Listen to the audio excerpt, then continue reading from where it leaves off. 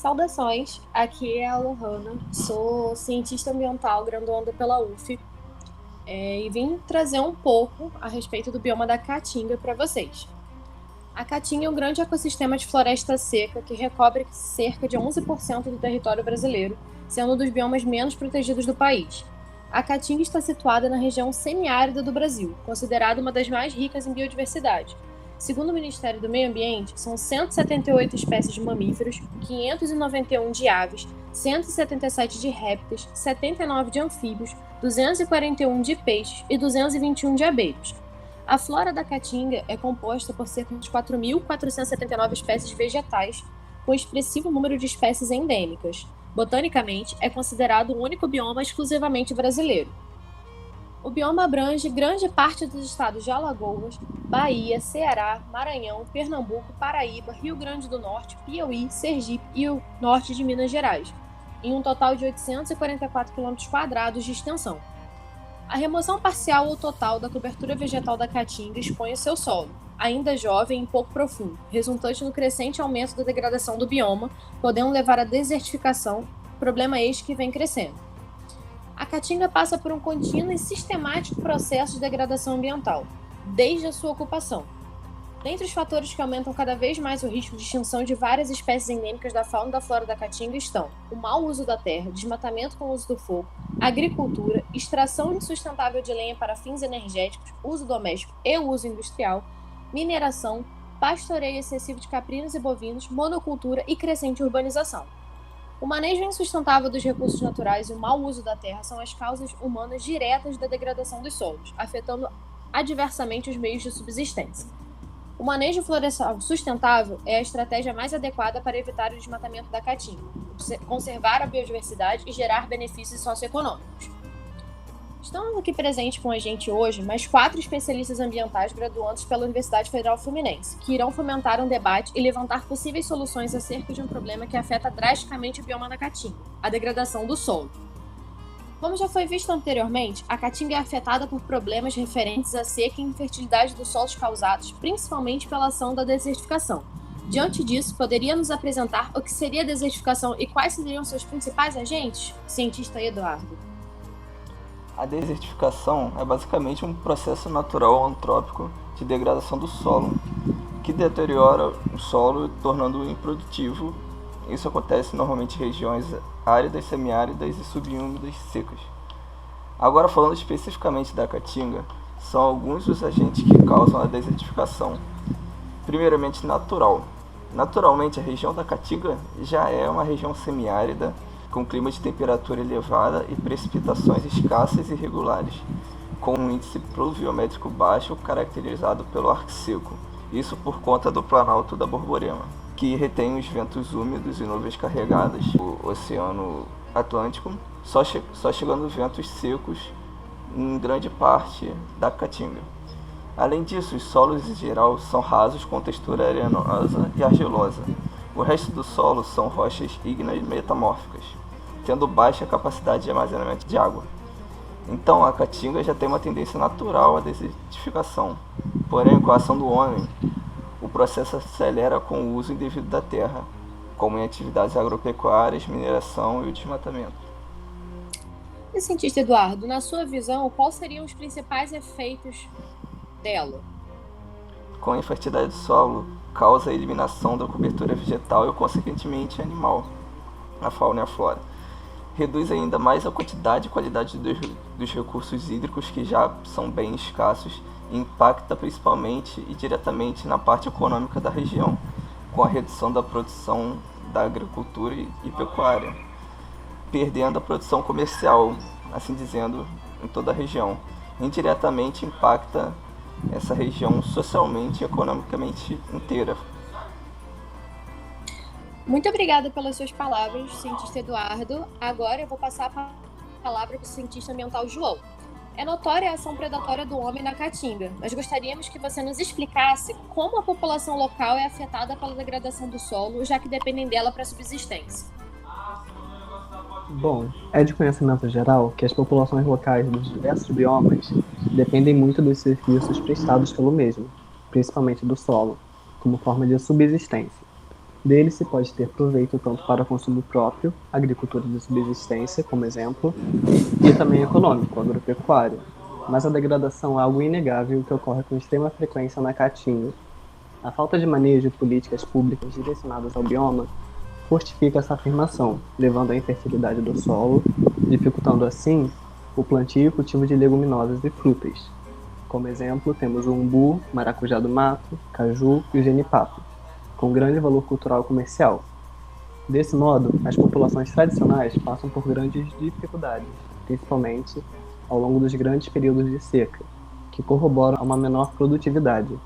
Além disso, como a água se mostra como serviço de extrema importância, a sua preservação é essencial, mas não lutamos isso, visto que cada vez mais se constrói novas hidrelétricas ao longo de um dos principais rios do país, o Rio São Francisco. A gente pode notar que muitos possuem uma visão que a Caatinga é um lugar tomado pela seca, de solo infértil e degradado. Como especialista ambiental, há alguma maneira dessa visão ser modificada? Então, a Caatinga ela apresenta uma biodiversidade de solo bem típicos, com uma vegetação predominantemente de aspecto seco, além do seu solo. Mas tal aspecto não necessariamente implica que o bioma está degradado ou com falta de abastecimento de água. Ao passar por grandes períodos de estiagem, a vegetação típica, como exemplo as xerófilas, adquire uma habilidade de armazenamento de água, onde conseguem se manter saudáveis por um período de tempo. Ademais, o solo, apesar da aparência de infertilidade, se mantém também saudável, sobretudo ao longo do Rio São Francisco, que é um rio característico da região que abastece diversos estados e contribui muito para a agricultura local. Ele garante nutrientes necessários para que a prática agrícola ocorra em seus arredores. Ainda sobre a vegetação, por meio dela se adquire diversos benefícios, tanto para o ramo farmacêutico, na fabricação de medicamentos, sejam naturais ou laboratoriais, como para a produção alimentícia, fator de grande influência na região da Caatinga, e que também garante a alimentação da biodiversidade animal local. Porém, com a falta de investimentos governamentais, verbas e leis específicas que garantam a conservação e preservação da biodiversidade da fauna e flora, essa imagem que muitos possuem da Caatinga pode estar perto de se tornar real.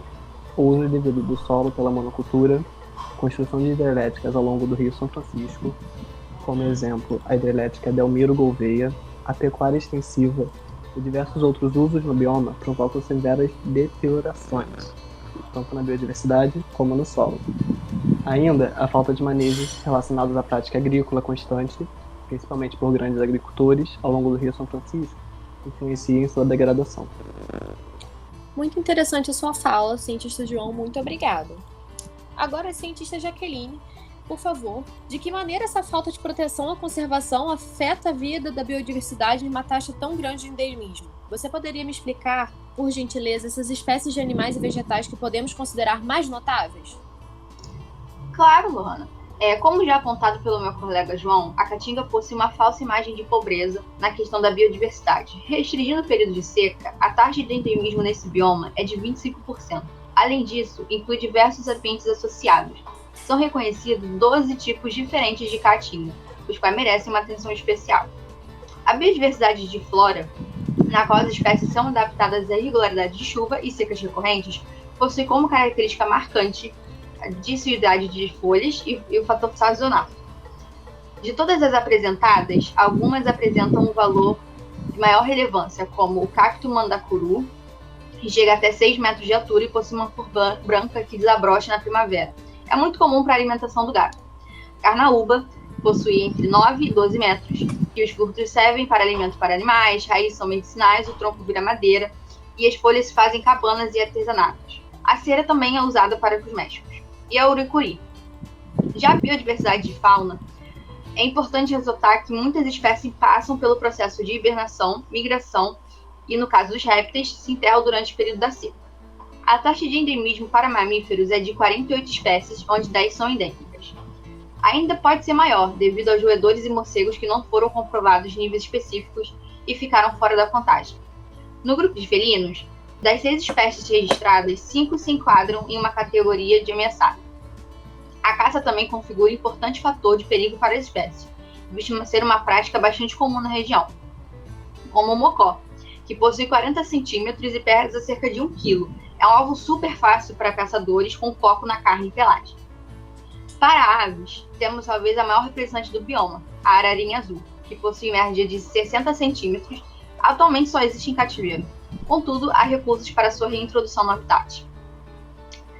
Para répteis, o escrivão, que tem cerca de 5 centímetros, não é uma cobra, mas um parente próximo do lagarto, sem pernas. Registrado pela ciência somente em 2008. Ele demonstra muito bem como é diferenciada a fauna desse bioma.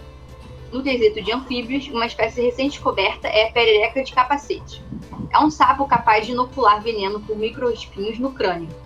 Já para peixes, há um predomínio de rios e brejos temporários. É bastante comum, onde de 185 espécies registradas, 58% delas é endêmica.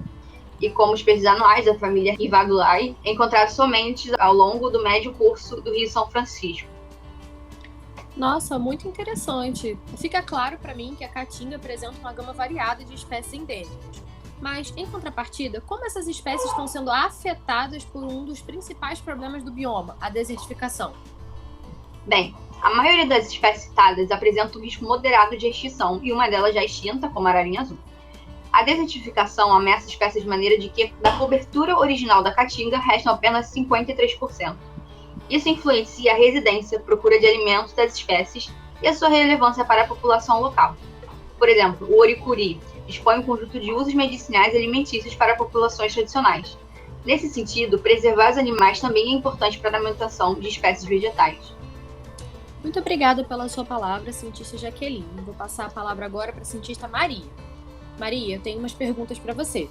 Sabemos como as populações tradicionais possuem uma forte relação com os recursos naturais, tal qual o oricuri. Entendendo como esse ambiente é afetado pela, como já citado, degradação do solo, de que forma as comunidades tradicionais se relacionam com o território, tendo em vista os conflitos ambientais que ocorrem nele? Bom, os povos tradicionais se relacionam com o território de maneira muito diferente do que estamos acostumados. Antes de tudo, eles precisam do ambiente íntegro para sua permanência e para a herança à próxima geração. Além disso, vem um território com um olhar mais amplo, é visto como aquele que provém um alimento, a cultura ou como parte da comunidade, podendo até mesmo ser considerado uma entidade por alguns. Uma comunidade tradicional nasce nesse ambiente, seus costumes são desenvolvidos a partir dele, seus alimentos, remédios e conhecimentos também. A degradação ou separação destes seria o mesmo que interromper um ecossistema. Para exemplificar, posso citar o oricuri, nativo da Caatinga. É muito utilizado pelos povos tradicionais para rituais de artesanato. O povo indígena Funiô denomina um dos rituais mais importantes, extensos e misteriosos com o nome dessa planta. Em específico, é de essencial importância para eles. Qual seria o destino destes caso o solo estivesse tão empobrecido ao ponto dessa riqueza não poder mais viver nessa região? Os Funiô poderiam simplesmente parar de existir como tais. Teriam que mudar o estilo de vida, encaixar-se na vida urbana não indígena, perderiam todo o patrimônio cultural e nós perderíamos grande parte da história nacional. Tendo isso em vista, podemos entender o efeito do enfraquecimento do solo aos povos tradicionais. Além de limitar a alimentação, a cultura e os rituais, é como se uma parte valiosa da comunidade estivesse doente. Ainda vale lembrar que muitas das degradações são antrópicas e muitas vezes propositais. Entendo, muito interessante. Eu gostaria de te perguntar, pela perspectiva dos conflitos ambientais já mencionados pelos demais colegas, quais seriam os principais atores sociais desses conflitos e quais seriam as suas motivações? Então, levando em consideração tudo que já foi abordado até aqui, podemos dizer que os conflitos ambientais são resultado da invasão do espaço coletivo por interesses privados. Temos por trás dos conflitos atualmente no bioma da Caatinga hidrelétricas tal como a usina de Sobradinho, grandes empresas mineradoras, como por exemplo a Ferbasa, e garimpeiros ilegais, dentre outros, que modificam o bioma, seja poluindo, seja transformando seus recursos em mercadoria e comercializando. O Estado se torna omisso quando não impõe fiscalização e punição adequadas aos crimes ambientais e permite que o bioma da Caatinga seja degradado. A motivação pode ter diversas faces, desde beneficiar uma parcela da população em prol de outra, até a ganância dos recursos minerais valiosos. Muito obrigada, Maria, pela sua contribuição aqui no nosso debate. Eu gostaria de chamar agora a cientista Simone. Sabe-se que o cientista possui um papel muito importante na sociedade, seja na elaboração de hipóteses, na resolução de conflitos e em diversas outras contribuições. Diante disso, Simone, de que maneira o cientista ambiental pode contribuir na solução dos diversos problemas ambientais que acometem o bioma da Caatinga? Oi. Então, o cientista ambiental, após identificar o problema ambiental, vai propor teorias e hipóteses que confirmem o problema, realizando estudos científicos detalhados e testados para, posteriormente, realizar a divulgação dos resultados com uma leitura mais simples e didática, de forma a sensibilizar a sociedade e criar um apelo sociopolítico para o problema, visando assim a implementação de políticas públicas que mitiguem ou solucionem o problema. Na Caatinga, este apelo tem sido no sentido de minimizar a desertificação, recomendando mudanças na forma de lidar com a terra, estimulando os sistemas agro-silvo-pastoris e parando de desmatar.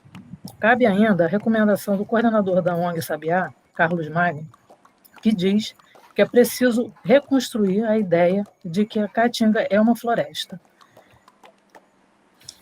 Simone, muito obrigada pelas suas palavras. Foram palavras muito sábias e mostram muito a importância do cientista ambiental na causa. Eu gostaria de concluir aqui com vocês. Eu acredito que todos nós conseguimos aprender e compreender um pouco hoje sobre a importância e a função deste bioma tão único e brasileiro que é a Caatinga, onde, infelizmente, sofre pela má gestão e falta de políticas públicas. De acordo com o que foi apresentado por nossos especialistas hoje, ações promovendo a preservação e a conservação da biodiversidade das populações tradicionais devem ser incentivadas, assim como o uso sustentável do solo e dos recursos produtivos, visando minimizar a crescente desertificação da Caatinga. Muito obrigada!